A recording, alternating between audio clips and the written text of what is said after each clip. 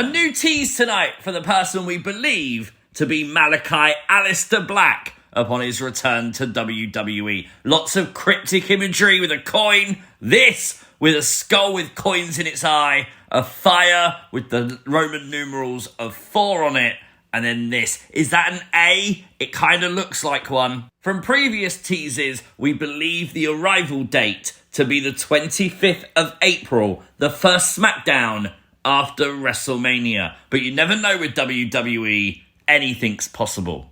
This is things you might have missed from WWE Smackdown. Make sure you hit the like button if you are new to the channel. Hit the subscribe button too. After the high drama that ended Smackdown last week and the revelation that CM Punk's favour was not just to main event WrestleMania, we started off this week with the Second City Saint, CM Punk, receiving a huge ovation in Chicago. After CM Punk became a cameraman for a little bit to show off the Chicago fans, he would cut a really cool promo on the fact that people always told him he didn't belong. Now the hard work begins as he goes to the main event of WrestleMania. It would be Paul Heyman, though, coming out and, of course, confronting CM Punk, asking him, "What is the favour I owe you?" So right now, even Paul Heyman doesn't know, but CM Punk did agree to tell Paul Heyman if Roman Reigns shows up tonight. There really was an unscripted moment between these two in the ring tonight as the crowd would chant EC Dub. Paul Heyman would just be like, okay, and CM Punk would rile up the fans a little bit more, saying that Paul Heyman can't escape it.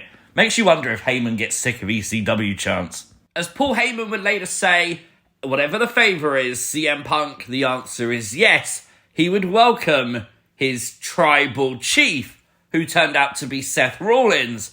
Now, the fact that Paul Heyman has called Seth Rollins, by mistake, his tribal chief, I'm sure that's going to play into the theories a lot of people have, that Paul may join Seth at WrestleMania. Well, a serious Roman Reigns would appear just before the end of the show, and I love the fact he sped to the ring. No 10-minute entrance for Roman tonight. Roman would be interrupted and joined in the ring by Seth, as both wanted to know what the favour was. Well, the favour was CM Punk wants Paul Heyman in his corner at WrestleMania. Roman would mock Punk and say that Heyman would say no, but he didn't. He said no to the tribal chief, and as Roman was about to lose it, a thunderous GTS by Punk to Roman. Where does this leave Roman and Heyman? Oh, the tension, the drama is right there. I love it. After a very cool video package, which is obviously reminiscent of all the teases that we've seen recently, Rey Fenix debuted on SmackDown tonight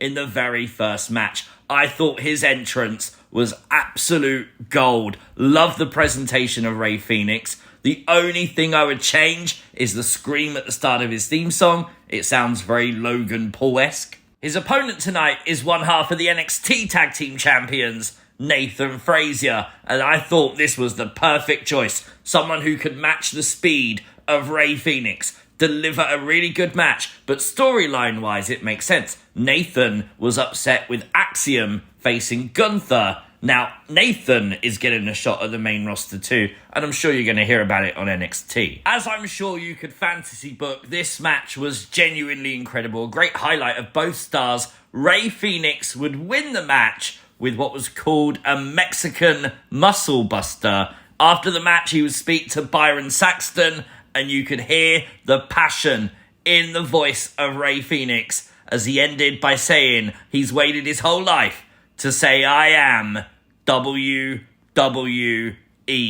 I love this shot as well. Obviously, the zooming camera angle of Rey Fenix moments after he wins. You could see on his face, even under the mask, how much this meant to him. Well, much like we saw with Penta just before Rey Fenix's debut, earlier today, WWE releasing new t-shirts, and the replica mask is available now on WWE Shop for Rey Fenix. After he called Rey Fenix a flying lizard, it looks like Berto will be the next opponent of Rey, and it's worth noting that those problems in Legado seemingly are continuing, as Los Garza seem to get more and more frustrated by being belittled by Santos Escobar. Rocking an eye patch, Drew McIntyre tonight would confirm all the reports we spoke about recently on a news video that he got glass in his eye last week on SmackDown, and he said it himself, he may never be the same, and obviously purely blaming Damian Priest,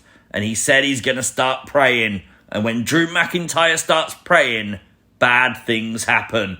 I'll tell you what, this has really ramped up their feud for WrestleMania, which I do feel like a lot of people weren't that excited for. Now, I think, let's hope Drew's okay, but a real injury behind it just adds a lot of personal beef. Do you know what I mean? I honestly don't know what this was, but I was glued to the screen as Charlotte and Tiffany came face to face. And Charlotte could barely get a word out. The crowd just kept booing her. It certainly threw Charlotte Flair off. Tiffany, it feels like the other week, she lost that promo really badly. She knew it. And she's come out with fire in her belly as Charlotte Flair just could not seem to one-up Tiffany tonight. Even having to resort, as Tiffany was leaving the ring, to saying that Kaiser is in my DMs. Like, Ludwig Kaiser is in a relationship with Tiffany Stratton. It's not really spoken about on TV, though.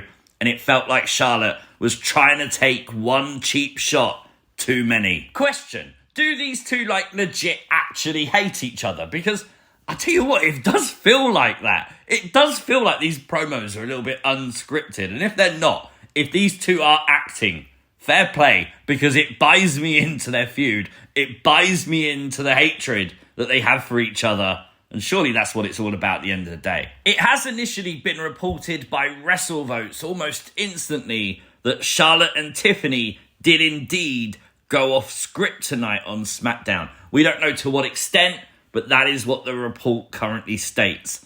Probably hear more in the future on that one then. The Motor City Machine Guns tonight became #1 contenders for the Street Profits tag team titles by defeating DIY. That sounds like a good match. Also looks like we're going to get a tag match between Pretty Deadly and Mellow Don't Miz. Sounds pretty interesting. I mean, Pretty Deadly tonight absolutely cooked the Miz in that backstage segment.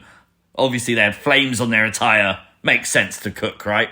Ahead of her match tonight on SmackDown, Jade Cargill would attack Naomi, who would then face B-Fab in what was actually a really short match, with Naomi winning with a code breaker knee. Actually looked really cool. Well, as chaos would happen after the match again, Nick Aldis would come out and make it official. Naomi will take on Jade Cargill at WrestleMania.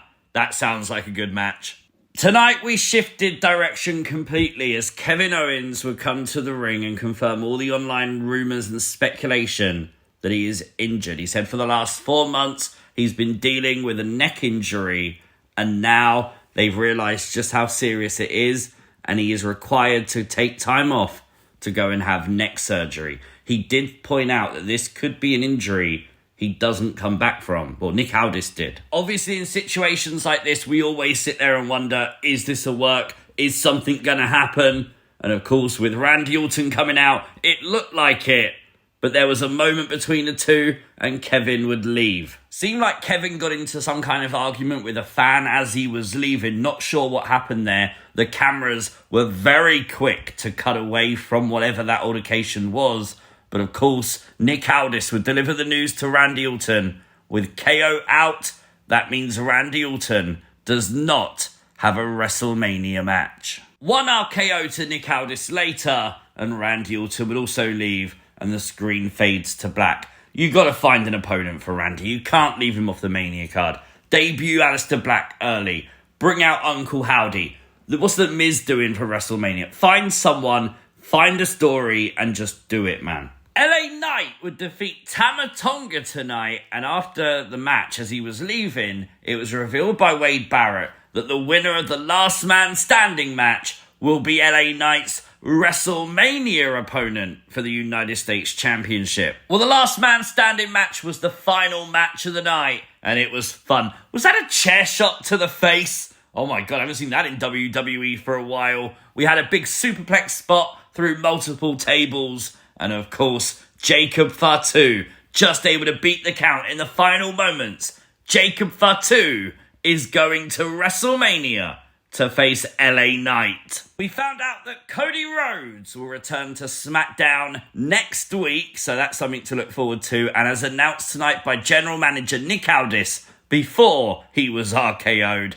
next week we will have a gauntlet match for the women's tag teams, and the winning team will get a shot at the tag gold at WrestleMania. Note on the graphic, no Alexa, no Nikki. That was what we was hoping for. I'm sure a lot of us was. Obviously, I'd like to see some NXT tag teams included. Zarya, Solruka, the Meta Girls, etc. Why not? Let's add to this. You got a week, WWE. Can we do a little bit more? Genuinely a very fun SmackDown tonight. Lots to talk about. And that's what we like from these shows, especially so close to WrestleMania. For me, 9 out of 10. Let me know your thoughts in the comment section down below. If you are new to the channel, hit the subscribe button, like the video, and I'll see you next time. Peace!